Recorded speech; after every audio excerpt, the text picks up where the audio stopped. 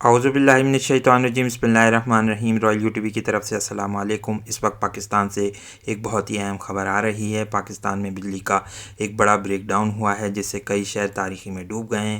خبریں یہ آ رہی ہیں کہ کراچی کے تمام علاقے، اس کے علاوہ لاہور، اسلام آباد اور کوئٹہ کے علاقے بھی بجلی کے بحران میں مبتلا ہو چکے ہیں، اور کہا یہ جا رہا ہے کہ فریکوینسی 50 سے اچانک 0 کے مقام پر آئی، گدو کے مقام پر، جہاں پر یہ پرابلم پیدا ہوا، جہاں ٹرپنگ پیدا ہوئی۔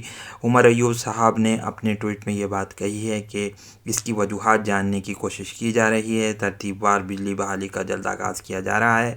ابتدائی فریکوینسی جو ہی مل جائے تو باقی بحالی کا کام تیزی سے ہوتا ہے۔ یہ بات انہوں نے اپنے ٹویٹ میں کہی۔ ابتدائی رپورٹ کے مطابق گدو میں 11:41 پر فالٹ پیدا ہوا ہے۔ اب سوال یہاں پیدا ہوتا ہے کہ فریکوینسی اچانک کیوں گری ہے۔ عمر ایوب صاحب نے اپنے ٹویٹر اکاؤنٹ پر تصویر بھی شائع کری، جس میں آپ دیکھ سکتے ہیں کہ وہ نیشنل پاور کنٹرول سینٹر میں خود موجود ہیں اور بجلی کے بحالی کے نظام کی جو ہے وہ کوشش کر رہے ہیں۔ یہاں آپ کو بتاتے چلیں، دنیا بھر کے بڑے اخبارات نے اس کو شہ سرخیوں کے ساتھ شائع کیا ہے، جہاں پر آپ یہ دیکھ سکتے ہیں کہ massive power grid failure plunges Pakistan into darkness, Russia Today دے رہا ہے۔ اس کے علاوہ بڑے اخبارات، خاص طور پر اسپوٹنک نے تو یہ بات کہی کہ Pakistan air force red alert پر ہے، کیونکہ محسوس یہ ہو رہا ہے کہ شاید کوئی بڑی پرابلم آئی ہے۔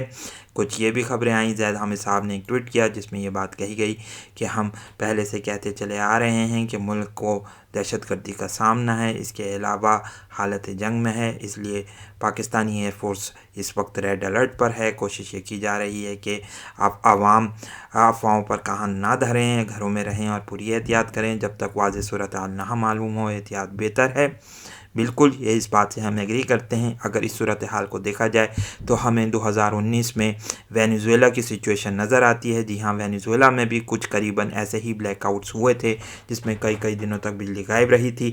اب اگر یہ بجلی کی بحالی کا کام جلدی ہو جاتا ہے، ایک آدھ دن میں نمٹ جاتے ہیں، تو انشاءاللہ ہمیں امید ہے کہ ایسا کوئی پرابلم نہیں ہوا ہے۔ اگر یہ زیادہ طول کھینچتا ہے معاملہ، تو پھر محسوس ہوتا ہے کہ ہمارے ملک پر کوئی ای ایم پی اٹیک کیا گیا ہے۔ جی ہاں، ای ایم پی اٹیک کے متعلق آپ کو بتاتے چلیں کہ اپر ایٹماسفیئر میں ایک دھماکہ کیا جاتا ہے، جس سے تھرمو نیوکلیئر جو ہے فیوژن پیدا ہوتا ہے، اور پھر اس کے بعد ایک الیکٹریکل سسٹم میں ایک ایسی لہر داخل ہوتی ہے جو کہ پورے ملک کے بجلی کے نظام کو تباہ و برباد کر سکتی ہے اور فریکوینسی کو کم کر سکتی ہے۔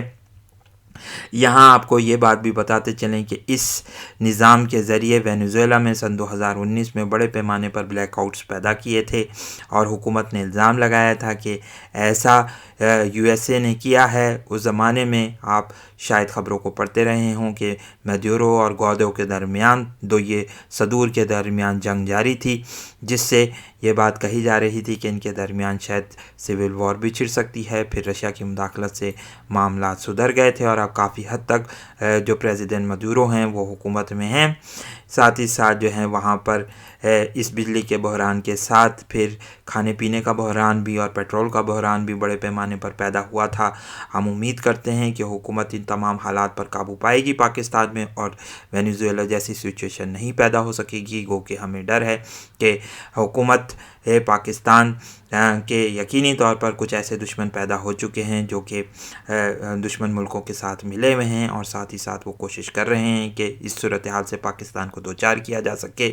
بہت پاسبلٹی یہ بھی ہو سکتی ہے کہ کوئی سائبر اٹیک کیا گیا ہو ملک پر۔ ہم امید کرتے ہیں انشاءاللہ ہمارا ملک ان تمام بحرانوں سے نکلے گا اور بھرپور جواب دے گا۔ یقینی طور پر محسوس یہ ہوتا ہے کہ شاید اس میں انڈیا جیسے ملک کا ہاتھ نہ ہو، کیونکہ انڈیا اتنی ایڈوانس ٹیکنالوجی کے اس کے پاس شاید نہ ہو، پاسبلٹی نہیں ہے۔ کوئی پاسبلٹی یہ نظر آتی ہے کہ اس کو شاید کسی ان قوتوں کی حمایت حاصل ہو جو کہ عالمی پیمانے کی قوتیں ہیں، بین الاقوامی طاقتیں ہیں، جو چاہتی ہیں کہ پاکستان پر اس طریقے سے پریشر برقرار رکھا جائے اور پاکستان کو ایک بڑے بحران میں مبتلا کر دیا جائے۔ ساتھ ہی ساتھ کووڈ کا بحران بھی ہمارے ملک میں اس وقت جنم لے رہا ہے، اور یہ بات بھی ہمیں نظر آ رہی ہے کہ ہسپتالوں میں بڑے پیمانے پر مریض ہیں۔ ہم امید کرتے ہیں کہ حکومت اس حوالے سے جنریٹر کی فراہمی ہسپتالوں کو ممکن بنائے گی، تاکہ پرابلم سالو کیے جا سکیں، اور کسی طور پر بھی وینٹیلیٹر پر جو پیشنٹس ہیں اور آکسیجن کی فراہمی جن پیشنٹس کو کی جا رہی ہے ان کی فراہمی بلا رکاوٹ جاری رہے گی۔ تھوڑے سے ہی دنوں میں صورتحال واضح ہونا شروع ہو جائے گی، لیکن ہمیں ابھی تک یہ لگ رہا ہے کہ پاکستان پر کوئی EMP اٹیک کیا گیا ہے۔ اللہ تعالیٰ پاکستان کی حفاظت فرمائے اور اس کو تمام دشمنوں سے محفوظ رکھے، آمین ثم آمین۔